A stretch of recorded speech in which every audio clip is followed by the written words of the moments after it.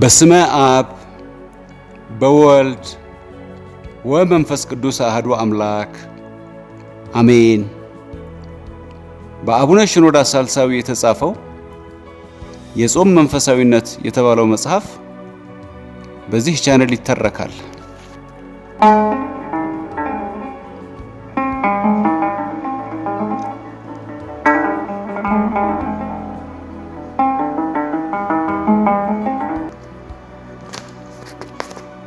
ምዕራፍ 5 ክፍል 1 የጾም ወቅት ስልጠናዎች።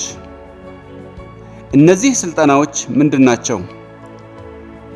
የጾም ጊዜ የተቀደሰና መንፈሳዊ ነውና እነዚህ ስልጠናዎች በመንፈሳዊ ነገር ለማደግ ያለሙ ናቸው። እነዚህን መንፈሳዊ ምኞቶች ወደ ተግባራዊ የአኗኗር ዘይቤ ለመለወጥ አንዳንድ መንፈሳዊ ስልጠናዎች ቢዘጋጁ ተገቢ ነው። ታዲያ እነዚህ ስልጠናዎች ምንድናቸው? መንፈሳዊ ስልጠናዎች መስፈርቶቻቸው እንደ ሰው አቅምና አኗኗር ይለያያሉ። እነዚህ ስልጠናዎች በጾመኛው ሕይወት ውስጥ አንዳንድ ደካማ ገጽታዎችን እንደ መቃወም ያሉ ነገሮችን ሊያካትቱ ይችላሉ። እርግጠኛ ለመሆን እንደዚህ አይነት ሰው ከጎደላቸው ነገሮች መካከል በጎነት ወይም መንፈሳዊ ናፍቆት በልቡ መንሰራፋትን ማጣት ናቸው። እነዚህ በአንድ ሰው ውስጥ እንደ ፍላጎቶቹ ይለያያሉ። በአንድ በኩል ከባህሪውና ከኃጢአት ጋር እንደሚታገለው ትግልና በሌላ በኩል በእድገቱ ደረጃ የአንድ ሰው ፍላጎቶች ከጊዜ ወደ ጊዜ ይለያያሉ። አስፈላጊው ነገር ግልጽ የሆነ ውጤት ለማግኘት ጿሚው ራሱን የሚፈትሽበት፣ በተጨማሪ ለእርሱ የሚጠቅሙ የሚከታተላቸው አጠቃላይ በጎነቶች ላይ በፊቱ የተወሰነ ኢላማ እንዳለው ሲሰማው መንፈሳዊ ስልጠናዎችን ማዘጋጀት ነው። አሁን የምንወያይበት በምሳሌነት ነው። ማንኛውም ሰው በጾሙ ጊዜ ተገቢውን ስልጠና ማድረግ አለበት። በተቻለ መጠን አንደኛ ጾምን የሚመለከቱ ስልጠናዎች። የእነዚህ ልምምዶች ዓላማ ጤናማና የሚያድግን ጾም ለመከታተል ነው። ከነዚህ ስልጠናዎች አንዳንዶቹ ራስን መግዛትን የሚያመለክቱ ናቸው። እነዚህም አንድ ሰው በጾም ወቅት የሚመኛቸውን የተወሰኑ የምግብ አይነቶችን ከመመገብ ማቆምን ሊያካትቱ ይችላሉ። ይህም ማለት እነዚህን የምግቦች አይነቶች በጾም ወቅት ሙሉ በሙሉ ጠቅላላ ማቆም ነው። ያም ማለት በጣም የሚመኛቸውንና ነፍሱን የሚፈታተኑትን ምግቦች ጾሙን በፈታ ጊዜ እንኳን አለመብላት ማለት ነው። በተወሰነ ጊዜ በከፊል ማቆም ወይም በተወሰነ ቀን የምግቡን ብዛት መቀነስ ወይም ከተወሰነ የምግብ አይነት መታቀብ ማለት ሊሆን ይችላል። ራስን የመቆጣጠር ስልጠና የመታቀብ ጊዜን ርዝማኔ በእንደዚህ አይነት ጊዜ ውስጥ ጿሚው ሲጾም ያለበት ሁኔታና ራሱን ማሳደጉን ሊያካትት ይችላል። አንዳንድ ሰዎች በአንድ የጾም ወቅት የቀስ በቀስ የእድገትን ስርዓት ይጠቀማሉ። ለምሳሌ አብይ ጾም 8 ሳምንታትን የሚሸፍን በመሆኑ በዚህ ጊዜ አንድ ሰው በዲሲፕሊንና በመታቀብ ቀስ በቀስ የእርሱን ደረጃ ሊያሳድግ ይችላል። ራስን መግዛት ጾም ከመጀመሩ በፊትና በበዓላት ቀናት በልክ መመገብን ይጨምራል። በእነዚህ የአብይ ጾም ቀናት ወጥቆ መመገብ እና ከቁጥር ውጪ የሆነ አመጋገብ ሊኖር አይገባም። ራስን መግዛት በተጨማሪም የረሃብን ሐሳብ ያጠቃልላል። ስልጠናዎች ከጾም ጋር የተያያዙ በጎነቶችን ሊያካትቱ ይችላሉ። በጾም ወቅት ራስን የመቆጣጠር፣ ከስጋዊ ፍላጎቶች ሰውነትን መግታት፣ ከሁሉም ስሜት ቀስቃሽ ቅንጦቶች መራቅ፣ መንፈሳዊ ንቃትና አላስፈላጊ ምቾቶችን ከመውደድ መራቅ በመሳሰሉ ከመብላት አርዕስት ውጪ ባሉ ሐሳቦች በዚህ መንገድ የጾምን መንፈሳዊ ገጽታዎች ይይዛሉ። ጾም የሚያካትታቸውን ነገሮች የሚመለከቱ ስልጠናዎች አሉ። እነርሱም በእግዚአብሔር ፊት ራስን የማዋረድ፣ በንስሐ በእግዚአብሔር ፊት መቅረብና በጠንካራ ዲሲፕሊን ቀስ በቀስ ማደግ ናቸው። ሁለተኛ፣ ንስሐን የሚመለከቱ ስልጠናዎች። ጾም የንስሐ ጊዜ ስለሆነ ስልጠናዎቹ ብዙ ናቸው። ከነዚህ የሚከተሉትን መጥቀስ እንችላለን። ሀ በድክመታችን ወይም በምንቸገርበት ኃጢአት ላይ ማተኮር። እያንዳንዱ ሰው በየትኛው ኃጢአት በቀላሉ እንደሚወድቅና የትኛውን ኃጢአት ደጋግሞ እንደሚሰራ ጠንቅቆ ያውቃል። እነዚህን ኃጢአቶች በጾም ጊዜ ውስጥ ለማስወገድ ሞክሩ። በዚህ መንገድ ጾማችሁ በእርግጥ የተቀደሰ ይሆናል። በጾም ወቅት አንዳንድ ልማዶችን፣ ሱሶችን ለመተው ራሳችሁን አሰልጥኑ። ለዚህ ምሳሌ ሆኖ በጾም ጊዜ ማጨስን ለማቆም ራሱን ማሰልጠን ያለበት አጫሽ ነው። እንደዚሁም ቡና ወይም ሻይ የመጠጣት ሱስ ያለበትና ይህንን ልማድ ማስወገድ ያልቻለ እንዲሁም ቴሌቪዥን፣ ሞባይል የመከተል ሱስ ያለበት ሰው ጊዜውን በከንቱ በማባከን የራሱን ኃላፊነት የማይወጣ ሰው ወዘተ በዚህ ጊዜ መጠቀም አለበት። እንደዚህ አይነቶቹ ልማዳቸውን ለማቆም የጾም ጊዜ ለሁላቸውም ጥሩ ዕድል ነው። ሐመሮሃ ጾም የቁጣ ኃጢአቱን ወይም በሌሎች ላይ መፍረድን የማቆም ጊዜ ሊሆን ይችላል። ብዙ ሰዎች በዚህ የታወቀ ኃጢአት ውስጥ ይወድቃሉ። ስልጠናዎች አንድን ሰው ሊኖሩት የሚችሉትን የተላመዳቸውን በርካታ የንግግር ኃጢአቶች ለማስወገድ ይጠቅማሉ። በጾም ጊዜ እነዚህን አንድ በአንድ ለማስወገድ ራስን ማሰልጠን ይቻላል።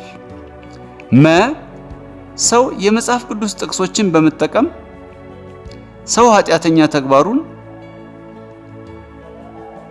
ማውገዝ ምን ያህል ቀላል ነው። ይህም ማለት በጾም ጊዜ መጽሐፍ ቅዱስን የሚያነብ ከሆነ የመጽሐፍ ቅዱስ ጥቅሶችን የሚያሰላስል ከሆነ ጉድለቱንና ኃጢአተኝነቱን ሊያይ ይችላል። ለምሳሌ ወደ ቁጣ ኃጢአት ከገባ የመጽሐፍ ቅዱስ ጥቅሶች ያስታውሱታል። ለምሳሌ በያዕቆብ 1:20 ላይ የተጻፈው የሰው ቁጣ የእግዚአብሔርን ጽድቅ አይፈጽምም የሚለውን ቃል መጠቀም ይችላል።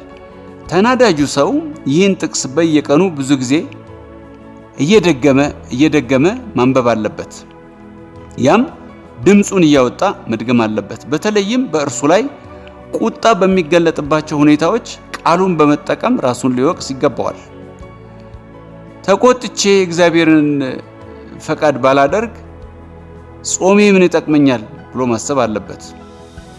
ወደ ተነገሩት ኃጢአቶች ውስጥ ቢገባ የሚከተለውን የመጽሐፍ ቅዱስ ቃል በዓይኑ ፊት ያስቀምጣል። እኔ እላችኋለሁ ሰዎች ስለሚናገሩት ስለ ከንቱ ነገር ሁሉ በፍርድ ቀን መልስ ይሰጡበታል አለ ጌታ ኢየሱስ ክርስቶስ በማቴዎስ 12:38። ከዚያም በነቀፌታ ለራሱ እንዲህ ይላል፣ ወንድሜን አንተ ደንቆሮ እያልኩ አንደበቴን ሳልቆጣጠር የገሃነመ እሳት ፍርድ እየተገባኝ አንደበቴን ሳልገዛ ከምግብ ራሴን በመግዛት መጾም ምን ይጠቅመኛል አለ። ይህ ቃል ወንድሙን አንተ ደንቆሮ የሚለው የገሃነመ እሳት ፍርድ ይገባዋል ብሎ የተናገረው ጌታ ኢየሱስ ክርስቶስ ነው። ይህም በማቴዎስ 5:22 ላይ ተጽፏል። ረሃብ በተሰማህ ጊዜ እና ምግብ በምትመኝበት ጊዜ ራስህን ገስጽ።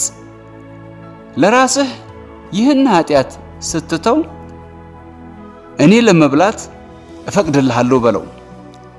መጽሐፍ ቅዱስ በሁለተኛ ተሰሎንቄ 3:10 ላይ ማንም የማይሰራ አይብላ ይላል።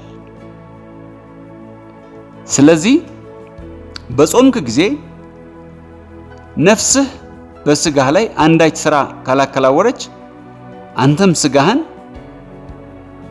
ማንም ሊሰራ የማይወድ አይብላ ተብሎ ተጽፏል በለው። አንተ ግን በዚህ መንገድ ንስሐ አልገባህም። ጾምን ወይም የእግዚአብሔር መኖሪያ ለሆነው ልብ በሚመጥን መንገድ ንስሐ ግባ።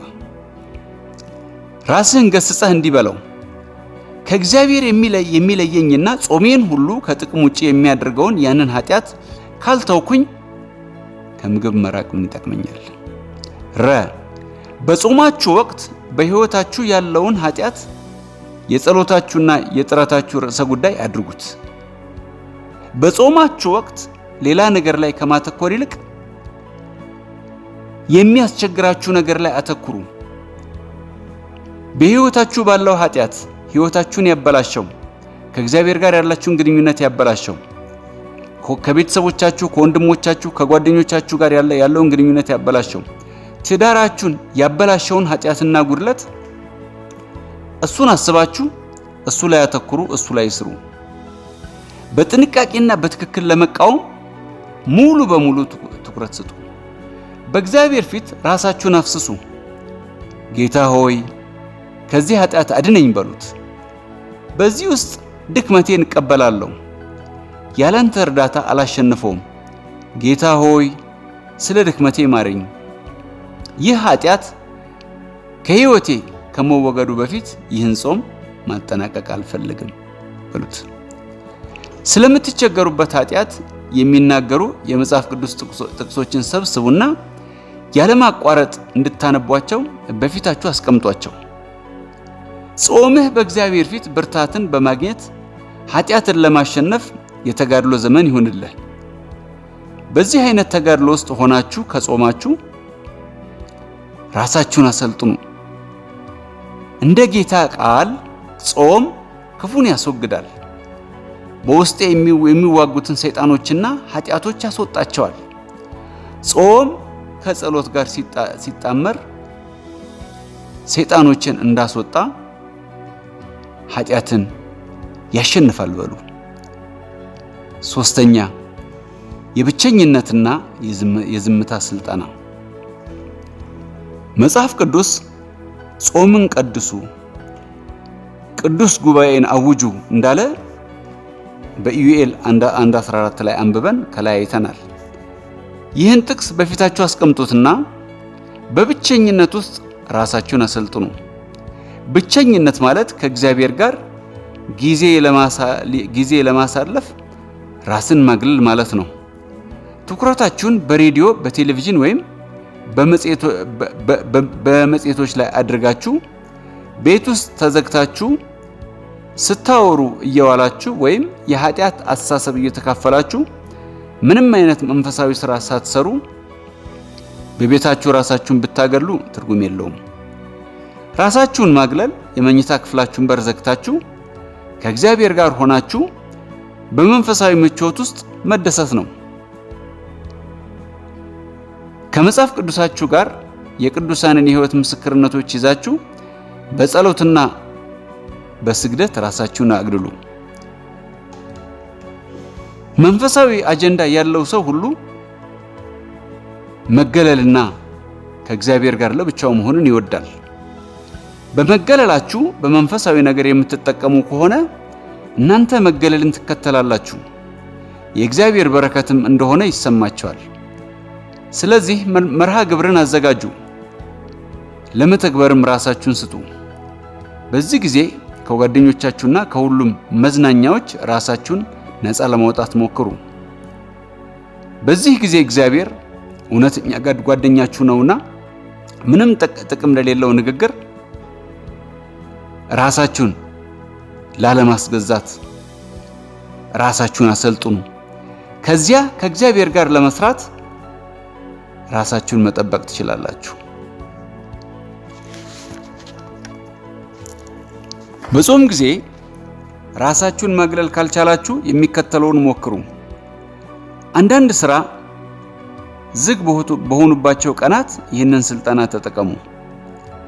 ይህም ማለት ስራ በሌለባችሁ ባረፋችሁበት ጊዜ ራሳችሁንና ኃላፊነታችሁን አደራጅታችሁ ወደ ውጪ እንድትወጡ የሚያስገዳችሁን ነገር ሁሉ አስተካክላችሁ ከቤት የማትወጡበትን ቀናት ወስናችሁ በእነዚህ ዝግ ቀናት ላይ ራሳችሁን አሳድጉ። በሳምንት አንድ ቀን ሊጀመር ይችላል። ከዚያ 2 ቀን 3 ቀን እያደገ ሊሄድ ይችላል። ሆኖም ግን ከእግዚአብሔር ጋር ራሳችሁን ማግለል ካልቻላችሁ ምን ማድረግ አለባችሁ? በጾም ጊዜ በሮቻችሁን መዝጋት ካልቻላችሁ ከዚያ ቢያንስ ኃጢአት የተሞሉ ቃላትን ላለማውጣት አፋችሁን ዝጉ። ከሰዎች ጋር የምናደርገው ውይይት ከእግዚአብሔር ጋር የምናደርገውን ንግግር ለማደናቀፍ ታላቅ ችሎታ አለው። ከአባቶች አንዱ እንዳሉት ብዙ የሚያወራ ሰው ውስጡ ባዶ ነው፣ ከንቱም ነው። ለጸሎት፣ ለማሰላሰል፣ ለመንፈሳዊ ንባቦች ወይም ቃሉን በእግዚአብሔር ፊት ለመናገርና ለማስታወስ እንዲሁም በልብ ውስጥ ለሚከናወን መንፈሳዊ ሥራ ብቁ አይደለም። በመገለልና በሽሽት ውስጥ ያለ ስልጠና ዝም እንድትሉ ይረዳችሁና ዝምታ የተነገሩትን ስህተቶች አስወግዶ የነፍስ ዓላማ የሆነውን የውስጣዊ እድገት ዕድል ይሰጣችኋል። ቢሆኑም ሙሉ መገለል ባይቻል ሌላ ስልጠና አለ። እርሱም 4ኛ የጠፋ ጊዜን ማስወገድ። ጊዜን የሚያባክን ሰው አለ። ለእርሱ ጊዜ ተራ ነገር ነውና ያለ ጥቅም ይባክናል። በደል የማይመስለን ግን ጊዜ ማባከን ዋነኛው በደል ነው። ጊዜን የሚያባክን ሰው አይጸልይም፣ አያነብም ወይም ምንም መንፈሳዊ ማሰላሰል የለውም። በዚህም ምክንያት መንፈሳዊ ልልነትና ምናልባትም ወደ ኃጢአት መንሸራተት ሊያጋጥመው ይችላል። እንዲህ ያለው ሰው ለራሱ በጾም ጊዜ ጊዜን ማባከንን ተዋግቼና እርሱን በመጠቀም ራሴን አሰለጥን ዘንድ እፈልጋለሁ። ግን ይህን ማድረግ የሚቻለው እንዴት ነው ይላል። በስብሰባዎች በዙረትና ከሰዎች ጋር በመነጋገር መጽሔቶችንና ጋዜጦችን በማንበብ የምታደርጓቸው የማይረቡ ውይይቶች በእነርሱ ይዘቶች ላይ ያላችሁን አመለካከት ስትገልጹ የምታጠፏቸውን ጊዜ አድኑ። ሬዲዮን ማዳመጥ ጊዜን ያባክናል። ቴሌቪዥን በመመልከትና ሌሎች ሊተኩ የማይችሉ መዝናኛዎች ላይ የምታሳልፏቸው ጊዜያት መንፈሳዊ ሥራ ለመስራት ጥቅም ላይ መዋል አለባቸው። ሁላችሁም ጊዜን እንዴት እንደምናባክን እናውቃለን።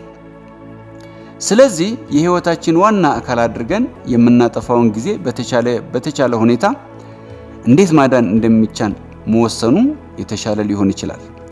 ስንጾም በዚህ ነጥብ ላይ ራሳችንን እናሰልጥን። ይህ ስልጠና በአንደበት ለመጾም በሌላ መንገድ ይረዳናል። ቅዱስ ይስሐቅ አንደበትን ማጾም ምግብን ከማጾም ይሻላል ብሏል። ይህን ከተመዘገባችሁ ራሳችሁን ለማሰልጠን የምትችሉትን ያህል ዝም ትላላችሁ።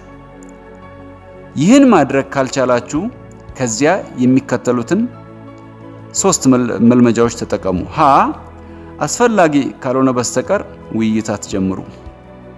ለ ከሰዎች ጋር በሆናችሁ ግዴታም ውይይት ውስጥ ከገባችሁ አጫጭር መልሶችን ስጡ። ሐመርሃ ዝም እንድትሉ በሚያስችሏችሁ መንፈሳዊ ሐሳብ አእምሯችሁን ሙሉ።